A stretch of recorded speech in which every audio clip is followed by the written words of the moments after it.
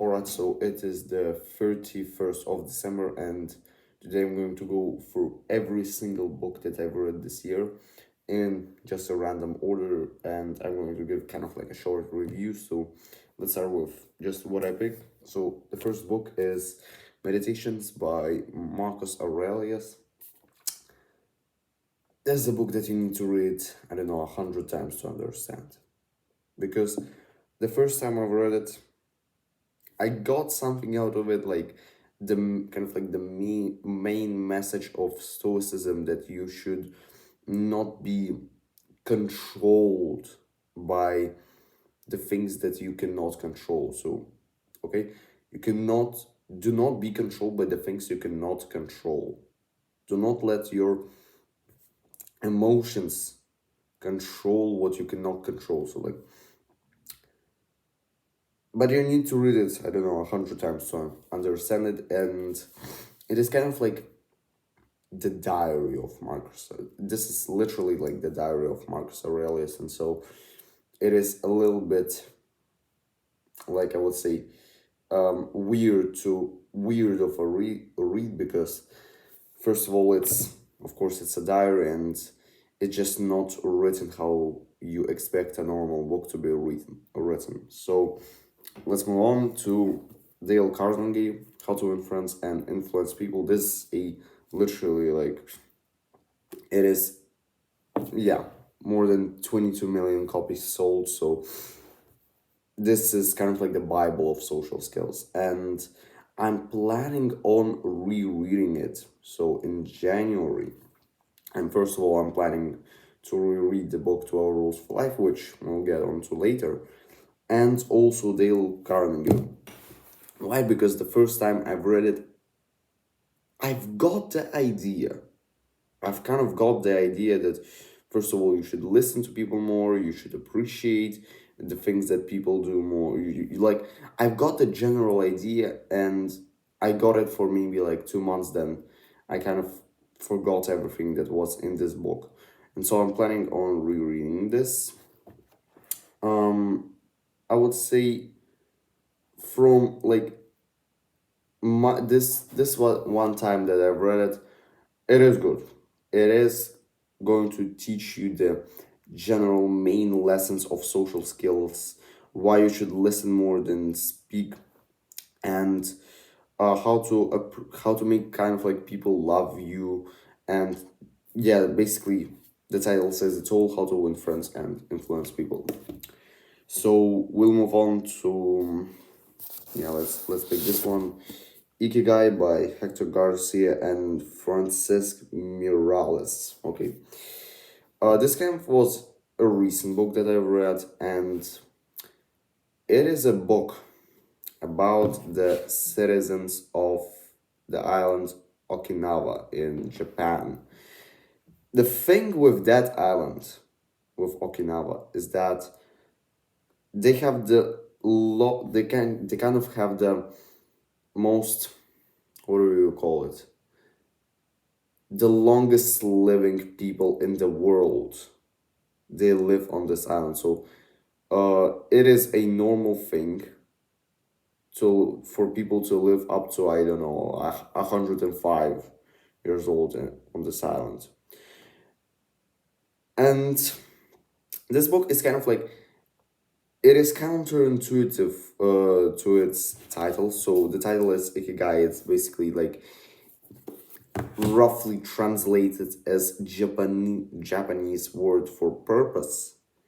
This isn't a book about purpose. It is about like, what do people do to live, I don't know, up to 110.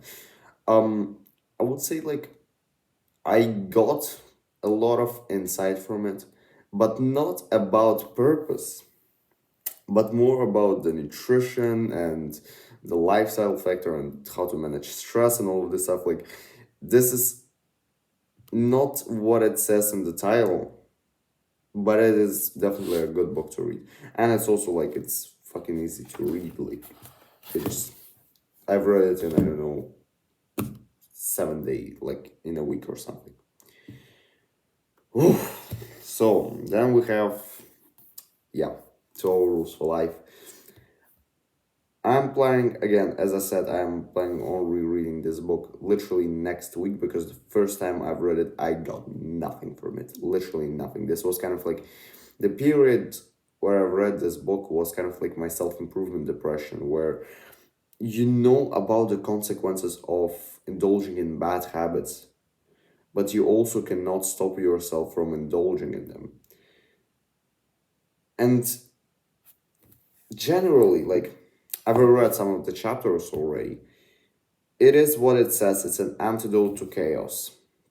And so it didn't really help me the first time, although kind of like when I reread the chapters of the rules kind of this book, I reread the sixth book, the sixth rule, the second rule, the 12 rule, and um what else? Yeah, probably that was it. And the ninth rule also. Um, it is a great book if you understand it, but it takes it takes energy to understand it. It takes some like deep focus to understand because it is indeed a pretty hard book. A lot of kind of concepts in this book are built on the biblical principles, and so this is also kind of like the thing. But it is definitely a great book if you understand it. So moving on to Arnold Schwarzenegger, Seven Tools for Life. Amazing, literally like one of the best books that I've read. The thing that I've got from it, which was very important, is my vision for future. Like literally, this is the first title. This is the first tool of this book, and it is have a clear vision. Yeah, have a clear vision. It's literally called like that. Amazing, absolutely amazing. A must read. Arnold, of course, with his amazing life story, has a lot to share and a lot to teach. So moving on to a different book from Arnold, and it is his autobiography. So this is a Jesus Christ, like, it is 600 something pages, and this was my first book on self improvement. This was literally my first book on self improvement. Um, it is definitely like what do you call it? It was a great start because the second book that I read on self improvement was the book 12 Rules for Life, and of course, this kind of gap between Arnold Schwarzenegger's autobiography and Jordan Peterson is massive. Like, there's a massive difference between those two books. Um, it is definitely a big one, of course, as you may see, like it's 621 pages or something. Although it is definitely interesting to read. It's like, especially if you're an Arnold fan, this will be excellent. This will be an amazing book. Um, so yeah, moving on to, let's pick this one. Yeah, Atomic Habits by James Clear. I wouldn't say I like it that much. Not necessarily because the advice is bad. The advice that is given in this book is amazing. Like, I would suggest you to read it. It's kind of like, it is not that big. It's 300 pages or something. Like, you can read it in, I don't know, a week, maybe even less. But it's also, what would you call it? Like, for me, it wasn't a thing just simply because my principles of implementing habits in my life is indeed a little bit different. So for me, it is the way to implement habits in my life is just to set myself a challenge to do something. Now, for example, I've tried journaling. Like when I read this book, I set myself a bunch of habits, and I was just seeing like what would stick to me. And probably one of the only habits that actually will stick to me was journaling because I always had problems with journaling. Like literally, I was consistent in going to the gym and meditation and cold showers.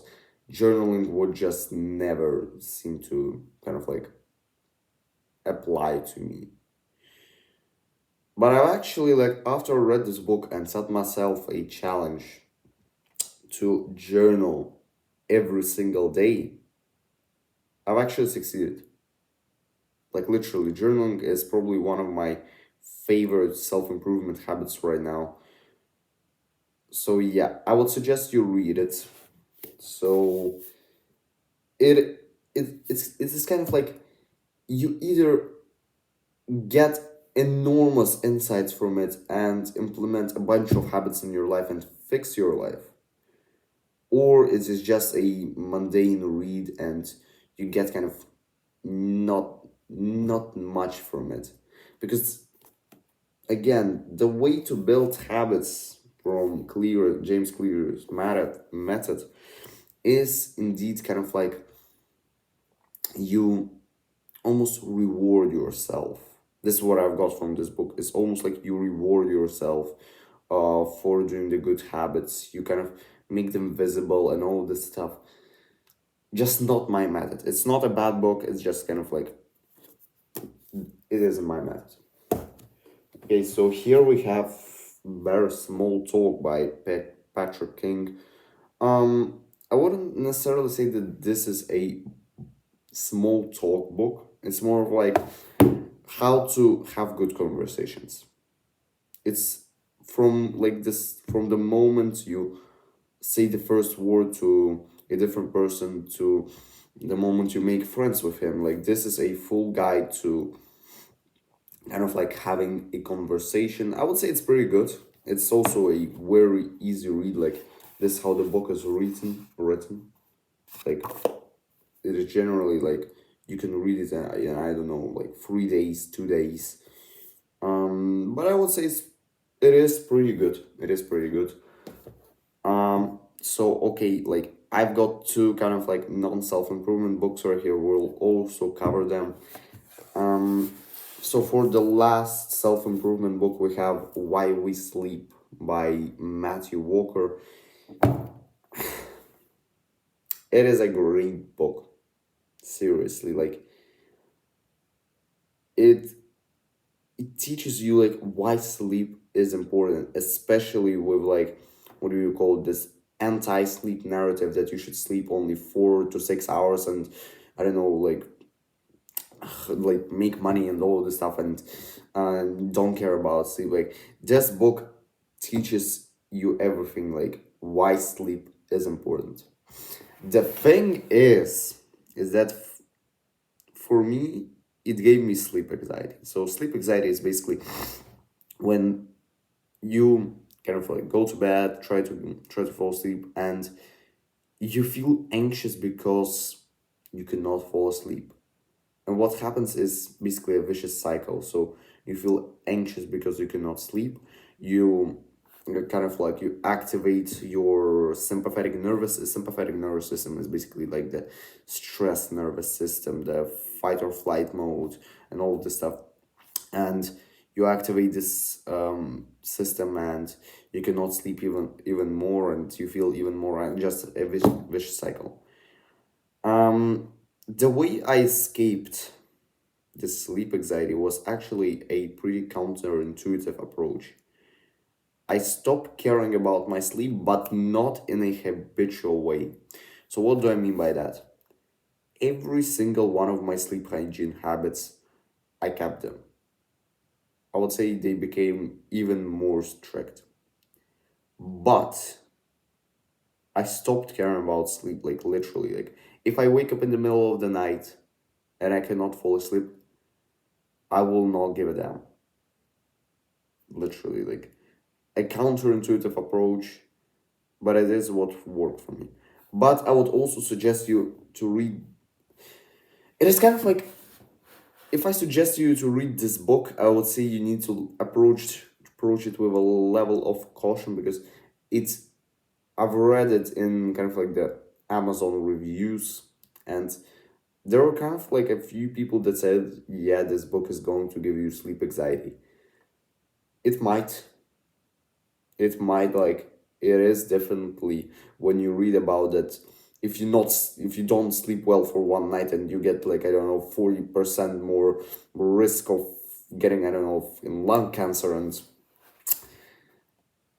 you need to approach this book with a little bit of a chill, relaxed attitude, not the kind of attitude where you will just sleep excellently for the rest of your life. You will not, I can guarantee you that. And yeah, at last we've got two non-self-improvement books. Those are from the same R, and so the first one is 1984 by George Orwell. You probably know what this book about. It's about a totalitarian state, the life in totalitarian state, especially from the perspective of opposition. So the main character in this book, Winston Smith, is indeed like his anti-party, anti kind of state. Um, I will not kind of like tell the whole story of this book just simply because it is fiction. Maybe someone is reading this book whilst like, I don't know, watching this video, and so I'm not going to spoiler this video and spoiler the book. And it is a must read. It is indeed a must read. No kind of like hesitation. It's definitely like a book that you must read. Just simply must. It is non-negotiable.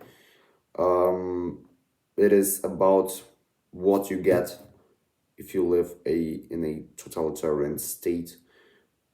Insanely important, especially like in the more world. And so yeah. And also like a bit of a positive part, this book gave me a lot of just this passion, this love for reading. Because previously when I've read all of these books, like not all of them, like I've read quite a few books after I read 1984, but this book gave me like this love for reading, insane love for reading. Just simply because it was my first kind of like fiction book. I've got onto more, what do you call it, profound fiction right now. So currently I'm reading the book from a Russian author. His name is Alexander Solzhenitsyn, and this book is called One Day in Life of Ivan Denisovich. So this is basically a book about a life in Gulag. You probably know what Gulag is. I don't have this book with me right now, but it is also like a very scary. You just feel this awe whilst you're reading it. So I got onto more like the classic stuff. I bought some like classic books. And so yeah, the next year I'm planning on reading those like the kind of profound classics, fiction books more. Although self-improvement books, non-fiction ones, will still take up most of my bookshelf. And the last one, again, George Orwell, but it is Down and Out in Paris and London. So those are memoirs. So it is basically a book about how he lived in poverty in Paris and London. Of course, this was actually a gift from my classmate. Very grateful for that. Very grateful. Like on like Secret Santa, he gifted me that. Again, very grateful. Excellent book. Not a self-improvement one, but it's definitely like I enjoy reading it. Only 5 days it took me. Splendid. Amazing book. So those were all of the books that I read in 2023. I've read a couple of our books. I'm not going to cover them today, but those were in a different language. I've covered like the 99% of books that I read in English.